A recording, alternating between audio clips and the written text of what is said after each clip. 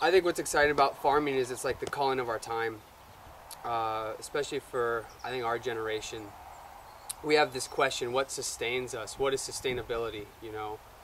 How do we live on this earth and, you know, with more people and more, you know, less resources, and, you know, what is a unifying thing that can bring people together, you know? And I think that agriculture does that. I feel, especially the organic movement, sustainable agriculture, it's, you know, it is looking at ecological principles and how it relates to people. Oh boy.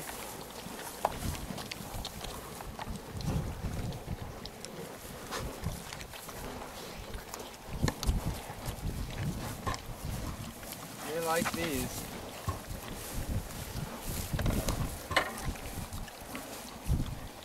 Is it chocolate muffin?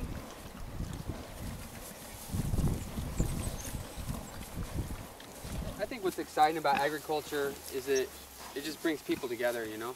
It brings people together, and it seems like just a right action to do to, you know, meet the challenges of our kind of changing earth, you know?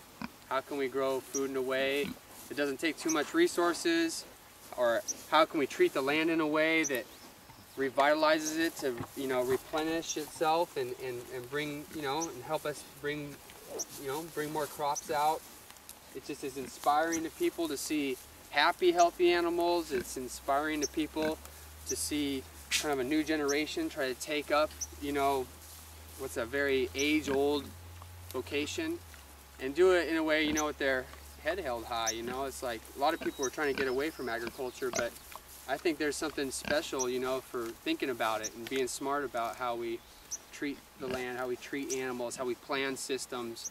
You know, it's just not something we can just, you know, take for granted anymore. It's something we really have to plan, and I think there's a lot of opportunities, you know, for folks who really care to make a point, you know. Everything you want to do with agriculture is contrary to the system, the machine, without doing anything illegal. It's wholesome, it's connecting, it brings people together from, you know, left to right, and they meet in the middle. They meet in the middle with food. Everyone can agree we need strong communities. Everyone can agree we need healthy food. Everyone can agree we need local jobs and local production. What do you think your biggest compromises in your own values that you brought to the farm are?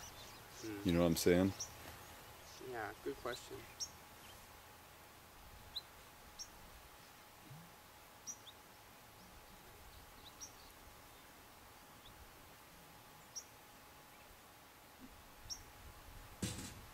I guess I always thought, you know, once you enter agriculture, you're kind of entering business a little bit. And I always thought, you know, oh, you know, I don't maybe want to get involved with business because then, you know, I'll just worry about money and I'll chase money around. But, you know, it really kind of matters to keep a balanced budget, you know, with your farm. You can't go too much in debt, or you got to be, you know, frugal with your inputs sometimes, or you need to be, you know, price shopping. And so I think just kind of getting into business was sort of a compromise to something that I felt, you know, I talk about the system, and a lot of the system is based around money, you know. And so getting involved sort of in the money game, because that's what, you know, you make all these lovely pigs, but you got to sell them, you know, or you can't just give them away because they're worth something. They took money to make, you know. They took other farmers' crops to make, and somewhere it's got to be paid for, you know. You got to ask a fair price, and I don't have any problem with that. I think there's a lot of food justice, and I believe, you know, my prices are fair. Nevertheless, I do have a little bit of like sometimes a concern about risk and finances and money, and that's something that is like, I don't know if it's a total compromised value, but maybe it's growing me in one way, exposing me to another side. But I really never expected to, gosh, really care so much about money, you know, like, okay, we got to make sure that, you know, we're on track for the budget. I don't want to lose any. I got to, you know, you got these pigs coming in, these pigs going out. This is going to be here. Oh, I hope this market's secure. Oh, it's not. Okay, I've got to shift. And all this shifting and stuff, adaptation, that's wonderful. And we can do that. But when you have to shift and be a little more adaptive in a more rigid financial environment, it's a challenge, and so I thought it made me concerned more about money.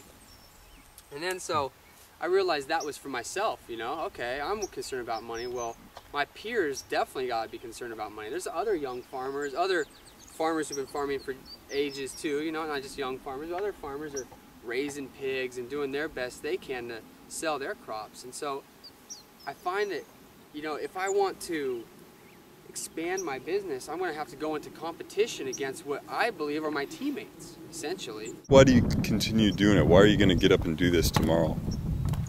Well, I'm proud of myself, and people are proud of me, and it keeps them excited. You know, I guess I like what other people think a little bit of what I'm doing, and I'm proud of what I'm doing. And I don't know. I think if I get into something, you know, I think something that could be done forever, you know, I don't know. I feel like agriculture is kind of a thing for the young people to do.